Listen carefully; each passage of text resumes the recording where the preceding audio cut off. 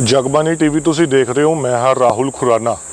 ਅੱਜ ਪੰਜਾਬ ਦੇ 5 ਜ਼ਿਲ੍ਹਿਆਂ ਦੇ ਵਿੱਚ ਸੇਵਾ ਕੇਂਦਰ ਦੇ ਕਰਮਚਾਰੀਆਂ ਦੇ ਵੱਲੋਂ ਇੱਕ ਦਿਨ ਦੀ ਕਲਮ ਛੋੜ ਹੜਤਾਲ ਕੀਤੀ ਗਈ ਆ। ਅਸੀਂ ਨਾਭਾ ਦੀਆਂ ਤਸਵੀਰਾਂ ਦਿਖਾ ਰਹੇ ਹਾਂ ਜਿੱਥੇ ਸੇਵਾ ਕੇਂਦਰ ਦੇ ਜਿਹੜੇ ਕਰਮਚਾਰੀ ਨੇ ਉਹ ਕਰਮ ਛੋੜ ਹੜਤਾਲ ਤੇ ਨੇ। ਤੁਸੀਂ ਤਸਵੀਰਾਂ ਦੇ ਜ਼ਰੀਏ ਦੇਖ ਸਕਦੇ ਹੋ, ਇਹਨਾਂ ਨੇ ਆਪਣੇ ਸਿਰ ਤੇ ਕਾਲੀਆਂ ਪੱਟੀਆਂ ਬੰਨ੍ਹ ਕੇ ਰੋਸ ਜਿਹੜਾ ਸਰਕਾਰ ਅਤੇ ਕੰਪਨੀ ਦੇ ਖਿਲਾਫ ਜਿਹੜਾ ਪ੍ਰਗਟ ਕੀਤਾ ਜਾ ਰਿਹਾ। ਗੱਲਬਾਤ ਕਰ ਲੈਂਦੇ ਆ ਕੀ ਮੰਗਾਂ ਨੇ। ਤਨਖਾਹਾਂ ਦੇ ਵਾਧੇ ਤੇ ਵੀ ਇਹਨਾਂ ਨੇ ਗੱਲ ਕੀਤੀ ਹੈ ਕਿ ਤਨਖਾਹਾਂ ਜਿਹੜੀਆਂ ਸਾਡੀਆਂ ਬਹੁਤ ਘੱਟ ਨੇ ਤੇ ਸਾਡੇ ਤੋਂ ਕੰਮ ਜਿਹੜਾ ਵੱਧ ਲਿਆ ਜਾ ਰਿਹਾ। ਸਾਡੇ ਨਾਲ ਇੱਥੇ ਇੰਚਾਰਜ ਨੇ ਸੁਖਵਿੰਦਰ ਸਿੰਘ, ਉਹਨਾਂ ਨਾਲ ਗੱਲ ਕਰਦੇ ਹਾਂ। ਕਿਸ ਤਰ੍ਹਾਂ ਦੇਖਦੇ ਹੋ ਅੱਜ ਜਿਹੜੀ ਤੁਸੀਂ ਕਲਮ ਛੋੜ ਹੜਤਾਲ ਇੱਕ ਦਿਨ ਦੀ ਕੀਤੀ ਆ? ਸਰ, ਇਹ ਅਸੀਂ ਹੜਤਾਲ ਤਾਂ ਕਰਕੇ ਕਰੀ ਹੈ ਜੀ, ਅਸੀਂ ਕੁਝ ਸਮੇਂ ਪਹਿਲਾਂ ਕੰਪਨੀ ਨੂੰ ਅਲਟੀਮੇਟਮ ਦਿੱਤਾ ਸੀ ਕਿ ਸਾਡੀਆਂ ਤੁਸੀਂ ਇਹ ਮੰਗਾਂ ਨੇ ਸਾਡੀਆਂ ਸੁਣੋ, ਪਰ ਉਹਨਾਂ ਨੇ ਅੱਜ ਤੱਕ ਸਾਡੇ ਵੱਲ ਕੋਈ ਧਿਆਨ ਨਹੀਂ ਦਿੱਤਾ। 6 ਸਾਲ ਹੋ ਗਏ ਜੀ ਸਾਨੂੰ ਕੰਮ ਕਰਦੇ ਨੂੰ। ਅਸੀਂ 6 ਸਾਲਾਂ ਤੋਂ ਜਿਵੇਂ ਉਹਨਾਂ ਨੇ ਕਿਹਾ ਸਰਕਾਰ ਕੰਪਨੀ ਨੇ, ਅਸੀਂ ਉਵੇਂ ਕੰਮ ਕਰਦੇ ਆ ਰਹੇ ਹਾਂ। ਜੋ ਉਹ ਨੀਤੀਆਂ ਸਾਡੇ 'ਤੇ ਲਾਉਂਦੇ ਨੇ ਅਸੀਂ ਉਹਨਾਂ ਨੂੰ ਪੂਰੀ ਤਰ੍ਹਾਂ ਫੋਲੋ ਕਰਦੇ ਆ ਰਹੇ ਹਾਂ। ਪਰ 6 ਸਾਲਾਂ ਤੋਂ ਜੀ ਅੱਜ ਤੱਕ ਉਹਨਾਂ ਨੇ ਇਹ ਨਹੀਂ ਦੇਖਿਆ ਕਿ ਆ ਕੇ ਕਿਸੇ ਨੇ ਉਰੇ ਖੜ੍ਹ ਕੇ ਸੇਵਾ ਕੇਂਦਰ 'ਚ ਨਹੀਂ ਦੇਖਿਆ ਜੀ ਕਿ ਇੰਨਾ ਰਸ਼ ਹੈ ਪਬਲਿਕ ਦਾ। ਅਤੇ ਤੁਸੀਂ ਸੇਵਾ ਕੇਂਦਰ ਵੀ ਪਹਿਲਾਂ ਪਿਛਲੀ ਸਰਕਾਰਾਂ 'ਚ ਬੰਦ ਕਰੇ ਸੀ। ਇਹ 4 ਕਾਊਂਟਰਾਂ ਦੇ ਵਿੱਚ ਇਹਨਾਂ ਨੂੰ ਕਿਵੇਂ ਹੈਂਡਲ ਕਰਨਾ। ਇੱਕ ਤਾਂ ਜੀ ਮੇਨ ਪ੍ਰੋਬਲਮ ਇਹ ਹੈ ਕਿ ਮੁਲਾਜ਼ਮ ਬਹੁਤ ਘੱਟ ਨੇ, ਸੇਵਾਵਾਂ ਵਧਾਈ ਜਾ ਰਹੇ ਨੇ। ਦੂਸਰਾ ਜੀ 6 ਸਾਲਾਂ ਤੋਂ ਇਹਨਾਂ ਨੇ ਬਿਲਕੁਲ ਵੀ ਤਨਖਾਹ ਨਹੀਂ ਵਧਾਈ। ਸਟਾਰਟਿੰਗ ਤੋਂ ਲੈ ਕੇ ਹੁਣ ਤੱਕ ਮੇਰੀ 10,000 ਇੰਨੀ ਹੀ ਤਨਖਾਹ ਹੈ, ਬਾਕੀ ਮੁਲਾਜ਼ਮਾਂ ਦੀ 8800 ਤਨਖਾਹ ਹੈ।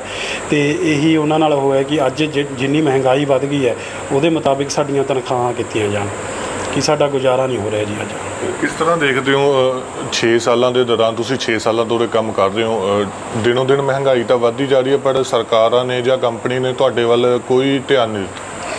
ਸਰ, ਮੈਂ ਪਹਿਲਾਂ ਮੈਂ ਪ੍ਰਾਈਵੇਟ ਕੰਪਨੀਆਂ 'ਚ ਕੰਮ ਕੀਤਾ। ਮੈਂ ਬਾਹਰ ਵੀ ਰਹਿ ਕੇ ਆਇਆ ਦੁਬਈ।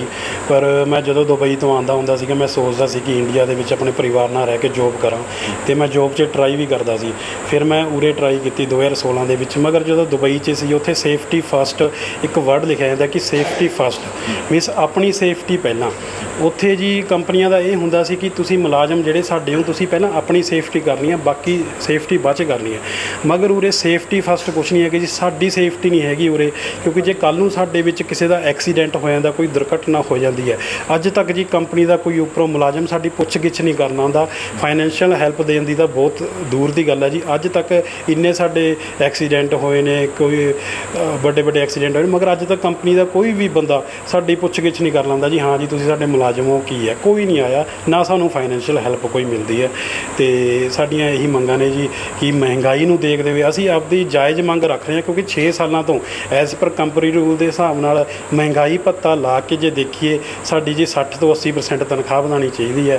15 ਤੋਂ 16,000 ਦੀ ਸਾਡੀ ਮੰਗ ਹੈ ਜੀ ਸਰਕਾਰ ਤੋਂ। ਕਿਸ ਤਰ੍ਹਾਂ ਦੇਖਦੇ ਹੋ ਤੁਸੀਂ ਕਾਫੀ ਟਾਈਮ ਤੋਂ ਉਰੇ ਕੰਮ ਕਰ ਰਹੇ ਹੋ, ਤੁਹਾਡੇ ਨਾਲ ਦੇ ਕਰਮਚਾਰੀ ਵੀ ਕਰ ਰਹੇ ਨੇ, ਪਰ ਸਰਕਾਰਾਂ ਤੋਂ ਕੋਈ ਉਮੀਦ ਜਾਗੀ ਤੁਹਾਨੂੰ ਹੁਣ ਤੱਕ? ਹੁਣ ਅਕਾਲੀਆਂ ਦੇ ਟਾਈਮ ਇਹ ਓਪਨ ਹੋਏ ਅਤੇ ਕਾਂਗਰਸ ਦਾ ਵੀ ਸਮਾਂ ਰਿਹਾ, ਹੁਣ ਆਮ ਆਦਮੀ ਪਾਰਟੀ ਹੈ, ਕਿਸ ਤਰ੍ਹਾਂ ਜੱਜ ਕਰਦੇ ਹੋ? ਸਰ, ਜਦੋਂ ਵੀ ਸਰਕਾਰ ਬਦਲੀ ਹੈ ਅਤੇ ਨਵੀਂ ਸਰਕਾਰ ਨੂੰ ਲੈ ਕੇ ਸਾਡੀ ਉਮੀਦ ਹਰ ਵਾਰ ਜਾਗਦੀ ਰਹੀ ਅਤੇ ਅਸੀਂ ਉਵੇਂ ਕੰਮ ਕਰਦੇ ਰਹੇ ਕਿ ਵੀ ਚਲੋ ਆਹ ਸਰਕਾਰ ਕੰਮ ਕਰੂਗੀ। ਮਗਰ ਚਲੋ ਹੁਣ ਜਿਹੜੀ ਆਮ ਆਦਮੀ ਪਾਰਟੀ ਆਈ ਹੈ ਤਾਂ ਨਵੀਂ ਆਈ ਹੈ, ਉਹਨੂੰ 2-3 ਮਹੀਨੇ ਹੋਏ ਨੇ। ਮਗਰ ਫਿਰ ਵੀ ਅਸੀਂ ਇਹਨਾਂ ਨੂੰ ਕਹਿਣਾ ਚਾਹੁੰਦੇ ਹਾਂ ਕਿ ਤੁਸੀਂ ਕੰਪਨੀ ਦੇ ਉੱਪਰ ਧਿਆਨ ਦਿਓ। ਕਿਉਂਕਿ ਉੱਪਰ ਸਰਕਾਰੀ ਲੈਵਲ ਦੇ ਜਿਹੜੇ ਬੰਦੇ ਨੇ ਜੀ ਉਹਨਾਂ ਨੂੰ ਸਾਰਾ ਪਤਾ ਹੈ ਕਿ ਵੀ ਕਿਵੇਂ ਕੰਪਨੀ ਨਾਲ ਕੰਟਰੈਕਟ ਹੋਇਆ, ਕਿਵੇਂ ਉਹਨਾਂ ਦੀ ਇਨਕਮ ਹੋ ਰਹੀ ਹੈ, ਕਿ ਤੁਸੀਂ ਉਹਨਾਂ 'ਤੇ ਧਿਆਨ ਦਿਓ। ਸਰਕਾਰ ਨੂੰ ਮੇਰੀ ਇਹ ਬੇਨਤੀ ਹੈ ਅਤੇ ਸਾਡੇ ਮੁਲਾਜ਼ਮਾਂ 'ਤੇ ਵੀ ਧਿਆਨ ਦਿਓ, ਸਾਡੀ ਤਨਖਾਹਾਂ ਜ਼ਰੂਰ ਵਧਾਉਣ। ਇੱਕੋ ਛੱਤ ਥੱਲੇ ਕਿੰਨੀਆਂ ਫੈਸਿਲਿਟੀਆਂ ਤੁਸੀਂ ਇੱਥੇ ਲੋਕਾਂ ਨੂੰ ਪ੍ਰੋਵਾਈਡ ਕਰਵਾਉਂਦੇ ਹੋ? ਸਰ, ਵੈਸੇ ਤਾਂ ਜੀ ਪੰਜਾਬ ਦੇ ਸਾਰੇ ਲਗਭਗ ਜਿੰਨੇ ਵੀ ਸਰਕਾਰੀ ਅਦਾਰੇ ਨੇ, ਸਰਕਾਰੀ ਡਿਪਾਰਟਮੈਂਟ ਨੇ, ਉਹਨਾਂ ਦੀਆਂ ਸਾਰੀਆਂ ਸੇਵਾਵਾਂ ਸਕੀਮਾਂ ਸੇਵਾ ਕੇਂਦਰ ਦੇ ਥਰੂ ਹੁੰਦੀਆਂ ਨੇ। 27 ਮਹਿਕਮੇ ਨੇ ਜੀ, 379 ਸਰਵਿਸਾਂ ਨੇ ਜਿਹੜੀਆਂ ਸਾਰੀਆਂ ਇੱਕ ਸੇਵਾ ਕੇਂਦਰ ਦੇ ਥੱਲੇ, ਛੱਤ ਦੇ ਥੱਲੇ ਅਸੀਂ ਦੇ ਰਹੇ ਹਾਂ। ਸੰਡੇ ਵੀ ਤੁਹਾਡਾ ਇੱਥੇ ਹੀ ਸਪੈਂਡ ਹੁੰਦਾ, ਕੰਮ ਕਰਦੇ ਹੋ, ਫਿਰ ਪਰਿਵਾਰ ਨੂੰ ਕਿਸ ਤਰ੍ਹਾਂ ਮਿਲਣ ਦਾ ਕੋਈ ਟਾਈਮ ਲੱਗਦਾ ਜਾਂ ਕਿਵੇਂ ਸਾਰਾ ਦਿਨ ਇੱਥੇ ਹੀ? ਸਰ ਸੰਡੇ ਨੂੰ ਸਰ ਹੁਣ ਜਿਵੇਂ ਕਾਫੀ ਫੈਮਿਲੀ ਮੈਰਿਡ ਹੈ ਜੀ, ਉਹਨਾਂ ਦੇ ਫੈਮਿਲੀ ਹੁੰਦੀ ਹੈ ਕਿ ਸੰਡੇ ਨੂੰ ਅਸੀਂ ਘਰੇ ਟਾਈਮ ਸਪੈਂਡ ਕਰੀਏ, ਉਹ ਵੀ ਸਾਡੇ ਤੋਂ ਖੋਹ ਲਿਆ। ਇਹਨਾਂ ਨੇ ਨੀਚੇ ਲੈਵਲ ਤੇ ਕਿਸੇ ਤੋਂ ਸਲਾਹ ਨਹੀਂ ਲਈ, ਆਪਣੇ ਆਪ ਜੀ ਉੱਪਰੋਂ ਆਰਡਰ ਕਰ ਦਿੰਦੇ ਨੇ ਤੁਸੀਂ ਸ਼ਨੀਵਾਰ ਐਤਵਾਰ ਕੰਮ ਕਰਨਾ ਹੈ। ਮਗਰ ਮੈਂ ਚਾਹੁੰਦਾ ਕਿ ਸ਼ਨੀ ਐਤਵਾਰ ਬਿਲਕੁਲ ਬੰਦ ਹੋਣਾ ਚਾਹੀਦਾ, ਕਿਉਂਕਿ ਸੇਵਾ ਕੇਂਦਰ ਦੇ ਵਿੱਚ ਜੋ ਵੀ ਕੰਮ ਹੁੰਦੇ ਨੇ ਜੀ, ਉਹਨਾਂ ਦੇ ਫਾਰਮਾਂ ਦੇ ਉੱਪਰ ਪਟਵਾਰੀ ਅਤੇ ਤਹਿਸੀਲਦਾਰਾਂ ਦੀ ਰਿਪੋਰਟ ਹੁੰਦੀ ਹੈ। ਜਦੋਂ ਸ਼ਨੀ ਐਤਵਾਰ ਨੂੰ ਉਹੀ ਨਹੀਂ ਹੁੰਦੇ ਤਾਂ ਸੇਵਾ ਕੇਂਦਰ ਦੇ ਵਿੱਚ ਕੋਈ ਕੰਮ ਕਰਾਉਣ ਸਿਟੀਜ਼ਨ ਆਉਂਦਾ ਨਹੀਂ। ਐਤਵਾਰ ਦਾ ਵੀ ਤੁਸੀਂ ਫੀਡਬੈਕ ਲੈ ਕੇ ਦੇਖ ਲਿਓ ਜੀ, ਇਸ ਐਤਵਾਰ ਨੂੰ 0 ਐਂਟਰੀ ਹੈ। ਪਟਿਆਲੇ ਦੇ ਲਗਭਗ ਸਾਰੇ ਸੇਵਾ ਕੇਂਦਰਾਂ 'ਚ ਐਤਵਾਰ ਨੂੰ 0 ਐਂਟਰੀ ਰਹੀ ਹੈ, ਕੋਈ ਐਤਵਾਰ ਨੂੰ ਕੰਮ ਨਹੀਂ ਕਰਾਉਣਾ ਹੁੰਦਾ ਅਤੇ ਇਹ ਫਾਲਤੂ ਖਰਚਾ ਹੋ ਰਿਹਾ। ਏਸੀ ਚੱਲਦੇ ਨੇ, ਇੰਨੇ ਪੱਖੇ ਚੱਲਦੇ ਨੇ, ਸਮਕਾ ਸਰਕਾਰ ਦਾ ਖਰਚਾ ਹੋ ਰਿਹਾ, ਕਿਉਂਕਿ ਕੰਪਨੀ ਨੇ ਤਾਂ ਸਰਕਾਰ ਤੋਂ 24,000 ਪਰ ਕਾਊਂਟਰ ਦੇ ਹਿਸਾਬ ਨਾਲ ਲੈ ਲੈਣਾ, ਇਹ ਖਰਚਾ ਤਾਂ ਸਰਕਾਰੀ ਹੋ ਰਿਹਾ। ਇਸ ਲਈ ਸ਼ਨੀ ਐਤਵਾਰ ਨੂੰ ਖੋਲ੍ਹਣ ਦਾ ਫੈਸਲਾ ਸਾਡੇ ਹਿਸਾਬ ਨਾਲ ਗਲਤ ਹੈ। ਅਤੇ ਅੱਗੇ ਤੋਂ ਜੋ ਵੀ ਫੈਸਲਾ ਲੈਣਾ ਹੁੰਦਾ ਗਰਾਊਂਡ ਲੈਵਲ 'ਤੇ ਸਾਨੂੰ ਮੁਲਾਜ਼ਮਾਂ ਤੋਂ ਪੁੱਛੋ, ਉੱਪਰ ਵਾਲਿਆਂ ਤੋਂ ਪੁੱਛੋ। ਉੱਪਰ ਵਾਲਿਆਂ ਨੂੰ ਕੁਛ ਨਹੀਂ ਪਤਾ ਹੁੰਦਾ, ਸਾਨੂੰ ਪਤਾ ਅਸੀਂ ਕਿਵੇਂ ਕੰਮ ਕਰਦੇ ਹਾਂ, ਕਿਵੇਂ ਪਬਲਿਕ ਨੂੰ ਫੇਸ ਕਰਦੇ ਹਾਂ। ਸਾਨੂੰ ਪੁੱਛੋ ਵੀ ਅਸੀਂ ਤੁਹਾਨੂੰ ਵਧੀਆ ਹੱਲ ਦੱਸ ਸਕਦੇ ਹਾਂ ਵੀ ਸੇਵਾ ਕੇਂਦਰ ਨੂੰ ਵਧੀਆ ਤਰੀਕੇ ਨਾਲ ਚਲਾਉਣ ਲਈ ਕਿਵੇਂ ਇਹਨੂੰ ਚਲਾਇਆ ਜਾ ਸਕਦਾ। ਸਾਡੇ ਲਈ ਬਹੁਤ ਆਈਡੀਆ ਨੇ ਕਿ ਸੇਵਾ ਕੇਂਦਰ ਨੂੰ ਕਿਵੇਂ ਵਧੀਆ ਚਲਾ ਸਕਦੇ ਹਾਂ, ਇਹਨੂੰ ਬਹੁਤ ਵਧੀਆ ਚਲਾ ਸਕਦੇ ਹਾਂ, ਮਗਰ ਸਾਡੇ ਤੋਂ ਕੋਈ ਪੁੱਛਣ ਨਹੀਂ ਆਉਂਦਾ ਜੀ। ਅੱਜ ਤਾਂ ਇੱਕ ਦਿਨ ਦਾ ਤੁਸੀਂ ਕਲਮਛੋੜ ਹੜਤਾਲ 'ਤੇ ਹੋ, ਫਿਰ ਅਗਲਾ ਸੰਘਰਸ਼ ਕੀ ਹੋਊਗਾ ਜੇਕਰ ਨਾ ਮੰਗਾਂ ਮੰਨੀਆਂ ਗਈਆਂ? ਸਰ ਪਹਿਲਾਂ ਵੀ ਅਸੀਂ ਕੰਪਨੀ ਤੇ ਸਰਕਾਰ ਨੂੰ ਅਲਟੀਮੇਟਮ ਦਿੱਤੇ ਨੇ, ਮਗਰ ਉਹਨਾਂ ਨੇ ਸਾਡੀ ਕੋਈ ਮੰਗ ਮੰਨੀ ਨਹੀਂ। ਅਸੀਂ ਇਸ ਲਈ ਉਹਨਾਂ ਨੂੰ ਯੂਨਿਟੀ ਦਿਖਾਉਣ ਲਈ ਇੱਕ ਦਿਨ ਦਾ ਅਲਟੀਮੇਟਮ ਦਿੱਤਾ, ਜਿਹਦਾ 5 ਜ਼ਿਲ੍ਹੇ ਸਾਡੇ ਨਾਲ ਨੇ ਜੀ। ਅਤੇ ਜੇ ਇਸ ਤੋਂ ਬਾਅਦ ਅਸੀਂ ਉਹਨਾਂ ਨੂੰ ਹੋਰ ਟਾਈਮ ਦੇਵਾਂਗੇ, ਪ੍ਰਸ਼ਾਸਨ ਅੱਗੇ ਵੀ ਐਪਲੀਕੇਸ਼ਨ ਲੈ ਕੇ ਜਾਵਾਂਗੇ ਕਿ ਅਸੀਂ ਤੁਹਾਨੂੰ ਇੰਨੇ ਸਮੇਂ ਦਾ ਟਾਈਮ ਦਿੰਦੇ ਹਾਂ ਕਿ ਸਾਡੀ ਜਿਹੜੀਆਂ ਜਾਇਜ਼ ਮੰਗਾਂ ਨੇ ਘੱਟੋ ਘੱਟ 60 ਤੋਂ 80%, ਅਸੀਂ ਕੋਈ ਜ਼ਿਆਦਾ ਬੜਾ ਉਹ ਨਹੀਂ ਕਰਦੇ ਕਿ ਸਾਨੂੰ ਸਰਕਾਰੀ ਕਰ ਦਿਓ ਜਾਂ ਕੁਛ ਕਰ ਦਿਓ। ਸਾਡੀਆਂ ਜਿਹੜੀ ਮਹਿੰਗਾਈ ਦੇ ਦੌਰਾਨ ਸਾਡੇ ਖਰਚੇ ਨਹੀਂ ਪੂਰੇ ਹੋ ਰਹੇ, ਉਹ ਸਾਡੇ ਪੂਰੇ ਕੀਤੇ ਜਾਣ, ਅਤੇ ਉਸ ਤੋਂ ਬਾਅਦ ਅਸੀਂ ਅਣਮਿੱਥੇ ਸਮੇਂ ਲਈ ਹੜਤਾਲ 'ਤੇ ਜਾਵਾਂਗੇ। ਸਰ ਨਾ ਹੋਰ ਕਰਮਚਾਰੀ ਨੇ 8-10 ਹਜ਼ਾਰ ਨਾਲ ਕਿਵੇਂ ਗੁਜ਼ਾਰਾ ਹੁੰਦਾ? 8-10 ਹਜ਼ਾਰ ਨਾਲ ਗੁਜ਼ਾਰਾ ਬਹੁਤ ਮੁਸ਼ਕਿਲ ਆ। ਕਰਜ਼ਾ ਦਿਨੋਂ ਦਿਨ ਵੱਧਦਾ ਜਾ ਰਿਹਾ ਹੈਗਾ। ਸਾਡੀ ਤਨਖਾਹ ਸ਼ਾਇਦ ਬਾਅਦ 'ਚ ਆਉਂਦੀ ਹੈ, ਚੱਲ ਪਹਿਲਾਂ ਜਾਂਦੀ ਹੈਗੀ, ਅਤੇ 8,000 'ਤੇ ਗੁਜ਼ਾਰਾ ਕਰਨਾ ਬਹੁਤ ਮੁਸ਼ਕਿਲ ਹੈਗੀ। ਫਿਰ ਕਿਸ ਤਰ੍ਹਾਂ ਹੈਂਡਲ ਕਰਦੇ ਹੋ ਸਾਰੀ ਸਿਚੁਏਸ਼ਨ? ਦੇਖੋ ਮੈਂ ਤੇ ਮੇਰੇ ਘਰ ਦੇ ਵਿੱਚ ਮੇਰਾ ਤਾਂ ਇੱਕ ਬ੍ਰਦਰ ਆ, ਇੱਕ ਮਦਰ ਨੇ, ਅਤੇ ਫਾਦਰ ਮੇਰੇ ਹੈ ਨਹੀਂ, ਅਤੇ ਬਹੁਤ ਮੁਸ਼ਕਿਲ ਹੋ ਜਾਂਦਾ। ਜਿਵੇਂ ਕਿ ਥੋੜ੍ਹਾ ਬਹੁਤਾ 8-10 ਹਜ਼ਾਰ ਮੈਂ ਕੰਟਰੀਬਿਊਸ਼ਨ ਕਰਦਾ, ਥੋੜ੍ਹਾ ਬਹੁਤਾ ਬ੍ਰਦਰ ਕਰ ਲੈਂਦਾ, ਅਤੇ ਬਹੁਤ ਮੁਸ਼ਕਿਲ ਨਾਲ ਗੁਜ਼ਾਰਾ ਚੱਲਦਾ ਕਰਦਾ। ਹੁਣ ਸਰਕਾਰ ਬਦਲੀ ਆ, ਲੱਗਦਾ ਕੋਈ ਉਮੀਦ ਹੈ? ਉਮੀਦ ਦੇਖੋ, ਉਮੀਦ 'ਚ ਤੇ ਤਾਂ ਦੁਨੀਆ ਕਾਇਮ ਆ। ਮੈਂ ਸਰਕਾਰ ਨੂੰ ਇਹੀ ਗੁਜ਼ਾਰਿਸ਼ ਕਰਨੀ ਚਾਹੁੰਦਾ ਕਿ ਜਿਹੜੀਆਂ ਸਾਡੀਆਂ ਮੰਗਾਂ ਨੇ, ਕਿਰਪਾ ਕਰਕੇ ਉਹਨਾਂ ਦੀ ਸੁਣਵਾਈ ਕਰੋ, ਘੱਟੋ ਘੱਟ ਔਨ ਟੇਬਲ ਤਾਂ ਹੋ ਜਾਓ ਇੱਕ ਵਾਰ।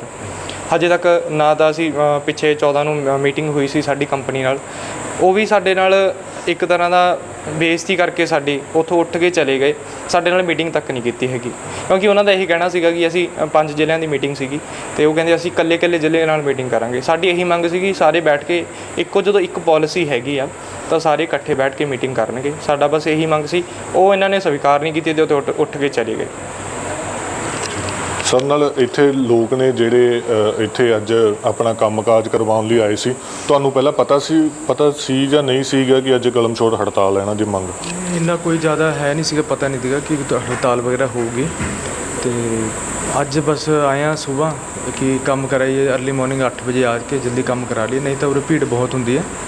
ਅਤੇ ਸੁਬਾਹ ਆ ਕੇ ਪਤਾ ਲੱਗਿਆ ਕਹਿੰਦੇ ਹੜਤਾਲ ਹੈਗੀ ਆ, ਅਤੇ ਉਹਦੇ ਪਤਾ ਲੱਗਦਾ ਫਿਰ ਉਹਨਾਂ ਨੂੰ ਪੁੱਛਿਆ ਕਿ ਸਾਡੇ ਕੰਮ ਨੇ, ਡਾਕੂਮੈਂਟ ਬਣਵਾਉਣੇ ਨੇ, ਅਤੇ ਉਹ ਕਹਿੰਦੇ ਨਹੀਂ ਅੱਜ ਸਾਡੀ ਹੜਤਾਲ ਆ। ਉਹਨਾਂ ਦੇ ਪੁੱਛਿਆ ਕਾਰਨ ਕਿਉਂ ਆ, ਅਤੇ ਉਹ ਕਹਿੰਦੇ ਕਾਰਨ ਸਾਡੇ ਦੱਸਿਆ ਉਹਨਾਂ ਨੇ ਕਿ ਇੱਕ ਤਨਖਾਹ ਦੱਸਿਆ ਉਹਨਾਂ ਨੇ 8-10 ਹਜ਼ਾਰ ਰੁਪਏ ਕਹਿੰਦਾ ਸਾਡੀ ਤਨਖਾਹ ਹੈਗੀ ਆ। ਤਾਂ 8-10 ਹਜ਼ਾਰ ਰੁਪਏ ਨਾਲ ਤਾਂ ਇਹ ਵੀ ਗੱਲ ਉਹਨਾਂ ਦੀ ਸਹੀ ਆ, ਜਾਇਜ਼ ਆ ਕਿ 8,000 ਰੁਪਏ ਨਾਲ ਤਾਂ ਕੋਈ ਗੁਜ਼ਾਰਾ ਬਹੁਤ ਹੀ ਮੁਸ਼ਕਿਲ ਹੁੰਦਾ, ਕਿਉਂਕਿ ਅੱਜ ਕੱਲ੍ਹ ਦੀ ਤੁਹਾਨੂੰ ਪਤਾ ਹੀ ਜਿਵੇਂ ਮਹਿੰਗਾਈ ਬਹੁਤ ਹੀ ਜ਼ਿਆਦਾ ਹੋ ਚੁੱਕੀ ਆ। ਸਿਲੰਡਰ ਦੇ ਰੇਟ ਨੇ ਉਹ ਵਧੇ ਹੋਏ ਨੇ, ਦੁੱਧ ਦਾ ਰੇਟ ਵਧਿਆ ਹੋਇਆ, ਅਤੇ ਉਹ ਕਹਿੰਦੇ ਨੇ ਕਿ ਅਸੀਂ ਵਿਆਹੇ ਹੋਏ ਵੀ ਨੇ, ਤਾਂ ਵਿਆਹੇ ਹੋਏ ਬੱਚੇ ਵੀ ਨੇ, ਤਾਂ ਉਹਨਾਂ ਨੂੰ ਪੜ੍ਹਾਉਣਾ ਲਿਖਾਉਣਾ, ਉਹਨਾਂ ਨੂੰ ਹੋਰ ਖਰਚੇ ਬਹੁਤ ਖਰਚੇ ਹੋਣ, ਤਾਂ 8,000 ਰੁਪਏ ਨਾਲ ਤਾਂ ਮੈਂ ਉਹਨਾਂ ਦੀ ਗੱਲ ਜਾਇਜ਼ ਆ, ਮੈਂ ਵੀ ਇਹ ਗੱਲ ਕਹਿੰਦਾ। ਅਤੇ ਮੈਂ ਤਾਂ ਇਹਨਾਂ ਨੂੰ ਕਹੂੰਗਾ, ਸਰਕਾਰ ਨੂੰ ਵੀ ਇਹ ਰਿਕੁਐਸਟ ਕਰਾਂਗਾ ਕਿ ਨਵੀਂ ਸਰਕਾਰ ਹੈ, ਤੁਹਾਡੇ 'ਤੇ ਹੋਪ ਵੀ ਨੇ, ਕਿਉਂਕਿ ਅੱਛਾ ਕੰਮ ਕਰਦੇ ਹੋ ਤਾਂ ਹੀ ਤੁਹਾਨੂੰ ਲੈ ਕੇ ਆਏ ਨੇ ਸਾਰੇ। ਅਤੇ ਇਹਨਾਂ ਦੇ ਵੀ ਗੱਲਾਂ ਸਮਝੋ, ਇਹਨਾਂ ਨੂੰ ਪੁੱਛੋ ਕੀ ਕਹਿੰਦੇ ਨੇ, ਇਹਨਾਂ ਦੀ ਮੰਗਾਂ ਵੀ ਇਹਨਾਂ ਮੰਨੋ, ਕਿਉਂਕਿ ਜਾਇਜ਼ ਨੇ ਮੰਗਾਂ ਇਹਨਾਂ ਦੀ। 8-10 ਹਜ਼ਾਰ ਰੁਪਏ ਨਾਲ ਕੋਈ ਗੁਜ਼ਾਰਾ ਨਹੀਂ ਹੁੰਦਾ। ਅਤੇ ਜੇ ਬੰਦਾ ਜੇ ਕੁਆਰਾ ਹੋਵੇ ਫਿਰ ਤਾਂ ਕੋਈ ਚੱਕਰ ਵਾਲੀ ਗੱਲ ਨਹੀਂ, ਥੋੜ੍ਹਾ ਘੱਟ ਵੀ ਜਾਂਦਾ, ਪਰ ਵਿਆਹੇ ਵਰੇ ਬੰਦੇ ਦਾ ਤਾਂ ਫਿਰ ਜ਼ਿਆਦਾ ਹੀ ਔਖਾ ਹੋ ਜਾਂਦਾ। ਤਕਰੀਬਨ ਲਗਭਗ ਸਾਰੇ ਵਿਆਹੇ ਹੋਏ ਨੇ ਉਰੇ, ਅਤੇ ਇਮਾਨਦਾਰੀ ਨਾਲ ਕੰਮ ਕਰਦੇ ਨੇ। ਨਾਲੇ ਇਹ ਵੀ ਗੱਲ ਕਹਿ ਰਹੇ ਨੇ, ਕਹਿੰਦੇ ਕਿ ਸਾਡੀ ਸੰਡੇ ਕੋਈ ਛੁੱਟੀ ਨਹੀਂ ਹੁੰਦੀ, ਤੇ ਚਲੋ ਸਰਕਾਰ ਅੱਛਾ ਕੰਮ ਕਰਦੀ ਆ, ਉਹਨਾਂ ਨੇ ਸੰਡੇ ਵੀ ਪ੍ਰੋਵਾਈਡ ਕਰਵਾਇਆ, ਤਾਂ ਇਹਨਾਂ ਕੰਨੀ ਵੀ ਧਿਆਨ ਦਿੱਤਾ ਜਾਵੇ। ਅੱਛੀ ਗੱਲ ਆ, ਸਰਕਾਰ ਵਧੀਆ ਕੰਮ ਕਰ ਰਹੀ ਆ, ਅੱਗੇ ਵੀ ਵਧੀਆ ਕੰਮ ਕਰੂਗੀ, ਤੇ ਇਹਨਾਂ ਕੰਨੇ ਵੀ ਥੋੜ੍ਹਾ ਗੌਰ ਦਿੱਤਾ ਜਾਵੇ, ਵਧੀਆ ਗੱਲ ਆ। ਤੇ ਅਸੀਂ ਜੇ ਅੱਜ ਹੜਤਾਲ ਨਾ ਹੁੰਦੀ, ਇਹਨਾਂ ਦੀ ਮੰਗਾਂ ਜੇ ਸਹੀ ਹੁੰਦੀ ਤਾਂ ਅਸੀਂ ਆਪਣਾ ਕੰਮ ਕਰਨ ਵਾਸਤੇ ਕੰਮ ਕਰਾ ਕੇ ਇਹਨਾਂ ਨੂੰ ਚਲੇ ਵੀ ਜਾਂਦੇ। ਤੇ ਇਹਨਾਂ ਕੰਨੇ ਵੀ ਸਰਕਾਰ ਧਿਆਨ ਦੇਵੇ। ਤੁਹਾਨੂੰ ਕੱਲ੍ਹ ਨੂੰ ਫੇਰ ਆਉਣਾ ਪੈਣਾ? ਹਾਂਜੀ, ਕੱਲ੍ਹ ਨੂੰ ਫੇਰ ਆਉਣਾ ਪਊਗਾ, ਤੇ ਕੱਲ੍ਹ ਨੂੰ ਫੇਰ ਆਪਣਾ ਦਿਹਾੜੀ ਤੋੜ ਕੇ ਕੱਲ੍ਹ ਨੂੰ ਫੇਰ ਸਮਾਂ ਖਰਾਬ ਕਰਕੇ ਫੇਰ ਆਉਣਾ ਪਊਗਾ। ਤੇ ਦੇਖੋ ਕੱਲ੍ਹ ਨੂੰ ਕੀ ਕਹਿੰਦੇ ਨੇ, ਜੇ ਕੱਲ੍ਹ ਨੂੰ ਵੀ ਹੜਤਾਲ ਰਹੀ ਫਿਰ 2-3 ਦਿਨ ਦੇਖੋ ਕੀ ਕਹਿੰਦੇ ਨੇ। ਬਾਕੀ ਤਾਂ ਕਹਿੰਦੇ ਨੇ ਅਸੀਂ ਤੁਹਾਡੇ ਕੰਮ 'ਤੇ ਵੀ ਇਫੈਕਟ ਪਊਗਾ ਇਸ ਚੀਜ਼ ਦਾ? ਬਿਲਕੁਲ ਜੀ ਬਿਲਕੁਲ, ਸਾਡੇ ਕੰਮ 'ਤੇ ਵੀ ਇਫੈਕਟ ਪੈਂਦਾ। ਅਸੀਂ ਸਾਰਾ ਕੰਮ ਛੱਡ ਕੇ ਆਉਂਦੇ ਹਾਂ ਉਰੇ। ਅਸੀਂ ਆਉਂਦੇ ਹਾਂ ਤਾਂ ਦੇਖਦੇ ਹਾਂ ਸਵੇਰ ਤੋਂ ਲੈ ਕੇ ਸ਼ਾਮ ਤੱਕ ਖਾਸੀ ਭੀੜ ਹੁੰਦੀ ਆ। ਅੱਜ ਤਾਂ ਦੇਖੋ ਤੁਹਾਨੂੰ 2-3 ਹੀ ਬੰਦੇ ਦਿਖਦੇ ਹੋਣਗੇ, 2-4 ਜਣੇ, ਨਹੀਂ ਤਾਂ ਉਰੇ ਈਵਨ ਕਿ 8 ਵਜੇ ਤੋਂ ਭੀੜ ਲੱਗ ਜਾਂਦੀ ਆ। 8 ਵਜੇ ਤੋਂ ਪਹਿਲਾਂ ਹੀ ਲੋਕ ਟੋਕਨ ਲੈ ਲੈਂਦੇ ਨੇ, ਸ਼ੁਰੂ ਕਰ ਦਿੰਦੇ ਨੇ ਕਿ ਅਸੀਂ ਪਹਿਲਾਂ ਕੰਮ ਕਰਾਈਏ। ਇਹਨਾਂ 'ਤੇ ਬਰਡਨ ਵੀ ਬਹੁਤ ਹੁੰਦਾ, ਇਮਾਨਦਾਰੀ ਨਾਲ ਕੰਮ ਵੀ ਕਰਦੇ ਨੇ। ਜੇ ਇਹਨਾਂ ਕੋਲ ਵਧੀਆ ਤਨਖਾਹ ਹੋਊਗੀ, ਕਰਪਸ਼ਨ ਵੀ ਨਹੀਂ ਫੈਲੂਗੀ। ਮੈਂ ਤਾਂ ਮਾਨ ਸਰਕਾਰ ਨੂੰ ਕਹਾਂਗੇ ਕਿ ਇਹਨਾਂ ਨੂੰ ਵਧੀਆ ਤਨਖਾਹ ਮਿਲੇ, ਅੱਛਾ ਇਹਨਾਂ ਨੂੰ ਸੁਵਿਧਾ ਮਿਲੇ, ਤਾਂ ਕਰਪਸ਼ਨ ਵੀ ਨਹੀਂ ਫੈਲੂਗੀ। ਗਰਾਊਂਡ ਲੈਵਲ 'ਤੇ ਇਹਨਾਂ ਤੋਂ ਪੁੱਛੋ ਕਿ ਕਿਵੇਂ ਕੰਮ ਕਰਨਾ, ਜੋ ਵੀ ਹੈ। ਤੇ ਸਰ ਹੋਰ ਵੀ ਇੱਥੇ ਜਿਹੜੇ ਲੋਕ ਨੇ ਕੰਮ ਕਰਾ, ਤੁਸੀਂ ਕੀ ਕੰਮ ਕਰਵਾਉਣ ਆਏ ਸੀ, ਤੁਹਾਨੂੰ ਪਤਾ ਸੀ? ਸਰ ਅਸੀਂ ਬੇਟੀ ਦਾ ਜਨਮ ਸਰਟੀਫਿਕੇਟ ਬਣਵਾਉਣ ਆਏ ਸੀਗੇ, ਬਰਥਡੇ, ਤੇ ਅਸੀਂ ਕੰਮਕਾਰ ਛੱਡ ਕੇ ਆਏ ਜੀ। ਇੱਥੇ ਆ ਕੇ ਸਾਨੂੰ ਪਤਾ ਲੱਗਿਆ, ਵੀਰ ਜੀ ਉਹਨਾਂ ਦੀਆਂ ਗੱਲ ਅਸੀਂ ਸੁਣੀ ਵੀ ਕੀ ਗੱਲਬਾਤ ਹੋ ਗਈ, ਹੜਤਾਲ ਕਰੀ ਆ, ਤੇ ਉਹਨਾਂ ਨੇ ਆਪਣਾ ਦੱਸਿਆ ਜੀ 8-10 ਹਜ਼ਾਰ 'ਚ ਸਰ ਅੱਜ ਦੇ ਟਾਈਮ 'ਚ ਕਿਸੇ ਦਾ ਵੀ ਗੁਜ਼ਾਰਾ ਨਹੀਂ ਹੁੰਦਾ ਜੀ। ਤੇ ਅਸੀਂ ਸਰਕਾਰਾਂ ਨੂੰ ਇਹੀ ਬੇਨਤੀ ਕਰਦੇ ਹਾਂ ਕਿ ਇਹਨਾਂ ਦੀ ਜੋ ਵੀ ਮੰਗ ਆ ਮਤਲਬ ਪੂਰੀ ਕੀਤੀ ਜਾਵੇ ਜੀ, ਇਹਨਾਂ ਦੀ ਵੀ ਸੁਣੀ ਜਾਵੇ। ਇਹ ਵੀ ਆਪਣਾ ਸਾਰਾ ਕੁਝ ਛੱਡ ਕੇ ਸਾਡੇ ਲਈ ਬੈਠੇ ਨੇ ਉਰੇ, ਸਾਡਾ ਕੰਮ ਅੱਛਾ ਹੁੰਦਾ ਉਰੇ, ਦੇਖ ਰੇਖ ਸਭ ਕੁਝ ਠੀਕ ਕਰਦੇ ਨੇ ਸਰ। ਸਾਡਾ ਕੰਮਕਾਰ ਬਹੁਤ ਵਧੀਆ ਹੁੰਦਾ, ਵਧੀਆ ਸਾਡੀ ਰਿਸਪੈਕਟ ਕਰਦੇ ਨੇ ਉਰੇ ਆਉਂਦੇ ਨੇ ਜੀ। ਸਰਕਾਰਾਂ ਨੂੰ ਇਹਨਾਂ ਦੀਆਂ ਜੋ ਜਾਇਜ਼ ਮੰਗਾਂ ਮੰਨ ਲੈਣੀਆਂ ਚਾਹੀਦੀਆਂ। ਹਾਂਜੀ ਹਾਂਜੀ ਸਰ, ਅਸੀਂ ਤਾਂ ਇਹੀ ਸਰਕਾਰਾਂ ਨੂੰ ਬੇਨਤੀ ਕਰਦੇ ਹਾਂ ਕਿ ਇਹਨਾਂ ਦੀਆਂ ਮੰਗਾਂ ਜੋ ਵੀ ਹੈਗੀਆਂ ਨੇ ਜੀ ਉਹ ਪੂਰੀਆਂ ਕਰਨੀਆਂ ਚਾਹੀਦੀਆਂ ਨੇ। ਸਾਡੇ ਨਾਲ ਇੱਕ ਲੇਡੀਜ਼ ਵੀ ਨੇ ਇੱਥੇ। ਤੁਸੀਂ ਦਿਹਾੜੀ ਛੱਡ ਕੇ ਆਏ ਹੋ, ਕੀ ਕੰਮ ਕਰਾਉਣ ਆਏ ਸੀਗੇ? ਜੀ ਆਧਾਰ ਕਾਰਡ ਬਣਵਾਉਣਾ ਸੀ ਬੇਟੀ ਦਾ। ਕੀ ਕਹਿੰਦੇ ਹੋ? ਉਹ ਬੋਲੇ ਜੀ ਅੱਜ ਹੜਤਾਲ ਹੈ, ਸਾਨੂੰ ਪਤਾ ਨਹੀਂ ਸੀ ਵੀ ਅੱਜ ਹੜਤਾਲ ਆ। ਅਸੀਂ ਦਿਹਾੜੀ ਛੱਡ ਕੇ ਆਏ ਸੀ, ਫਿਰ ਇਹ ਬੋਲੇ ਕਹਿੰਦੇ ਵੀ ਹੜਤਾਲ ਹੈ, ਵੀ ਸਾਡੇ 8-9 ਹਜ਼ਾਰ ਰੁਪਏ ਤਨਖਾਹ ਦੇ ਵਿੱਚ ਸਾਡਾ ਕੁਝ ਨਹੀਂ ਗੁਜ਼ਾਰਾ ਹੁੰਦਾ। ਇਹ ਵਿਆਹ ਇੱਥੇ ਆਏ ਨੇ, ਅਗਲੇ ਕਹਿੰਦੇ ਵੀ ਇਹਨਾਂ ਦੀ ਮੰਗਾਂ ਪੂਰੀਆਂ ਕੀਤੀਆਂ ਜਾਣ। ਸਾਡਾ ਕੰਮ ਬਹੁਤ ਵਧੀਆ ਕਰਾਉਂਦੇ ਨੇ ਇਹ, ਅਸੀਂ ਇਹੀ ਕਹਿੰਦੇ ਵੀ ਇਹਨਾਂ ਦੀ ਮੰਗਾਂ ਪੂਰੀਆਂ ਕੀਤੀਆਂ ਜਾਣ। ਸੋ ਇਸ ਸਨ ਇੱਥੇ ਕਰਮਚਾਰੀ ਜਿਨ੍ਹਾਂ ਨੇ ਕਿਹਾ ਕਿ ਜਦੋਂ ਤੱਕ ਮੰਗਾਂ ਦਾ ਹੱਲ ਨਹੀਂ ਹੁੰਦਾ ਅਸੀਂ ਸੰਘਰਸ਼ ਨੂੰ ਹੋਰ ਤੇ ਤਿੱਖਾ ਕਰਾਂਗੇ। ਨਾਭਾ ਤੋਂ ਰਾਹੁਲ ਖੁਰਾਨਾ, ਜਗਬਾਣੀ ਟੀਵੀ ਲਈ।